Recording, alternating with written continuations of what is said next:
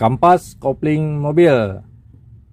Hari ini saya mau bahas tentang kampas kopling yang 4 per. Ini adalah kampas kopling yang 4 per.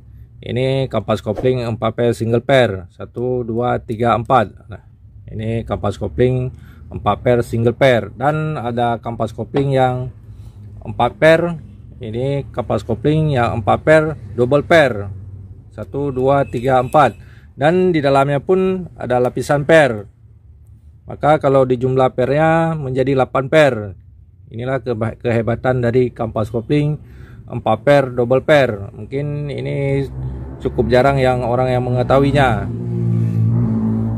Kelebihan dari kampas kopling yang 4 per double per ini, untuk meredam putaran dari kampas kopling ini cukup bagus kalau mempergunakan kampas kopling yang 4 per double per.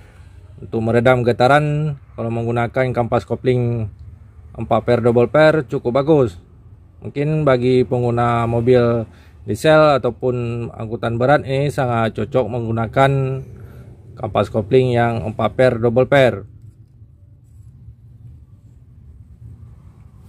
Daya tahan dari kampas kopling ini pun cukup bagus kalau kita pergunakan yang 4 per double per, karena jarang kita temukan pernya lepas ataupun pernya kendor. Ini cukup jarang terjadi pada kampas kopling yang 4 per double per. Kelemahan dari kampas kopling yang 4 per double per ini, mungkin pedal kopling sedikit lebih keras dibandingkan dengan 4 per yang single per. Mungkin inilah kelemahan dari kampas kopling yang 4 per double per. Tapi untuk daya kualitasnya ini cukup bagus kalau menggunakan kampas kopling 4 per double per. Dan untuk meredam putaran dari kampas ini cukup bagus kalau menggunakan yang 4 per double per dibandingkan dengan kampas kopling 4 per single per. Mungkin untuk kampas kopling yang 4 per single per ini tidak asing lagi bagi pengguna mobil, karena rata-rata mobil menggunakan kampas kopling 4 per single per ini. Kelebihan dari kampas kopling yang single per ini, pedal kopling dia sedikit lebih lembut dibandingkan dengan kampas kopling yang 4 per double per. Makanya banyak pengguna mobil menggunakan kampas kopling yang 4 per single per ini. Kekurangan dari kampas kopling yang 4 per single per ini, sering kita temukan pernya sering longgar. Ini sering kita temukan, dan pernya sering kendor. Inilah yang jadi masalahnya. Dan sering kita temukan per ini sering lepas.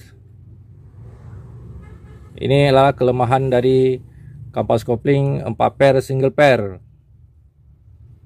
Mungkin kalau untuk kelembutan kopling ini bagus dipergunakan yang 4 per single per dibandingkan dengan 4 per double per. Tapi untuk meredam getaran dari putaran kampas kopling ini cukup bagus kita gunakan yang 4 per double per.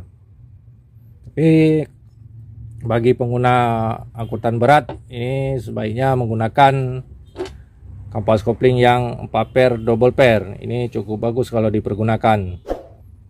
Mungkin hanya ini penjelasan saya, semoga bermanfaat dan jadi pengalaman bersama.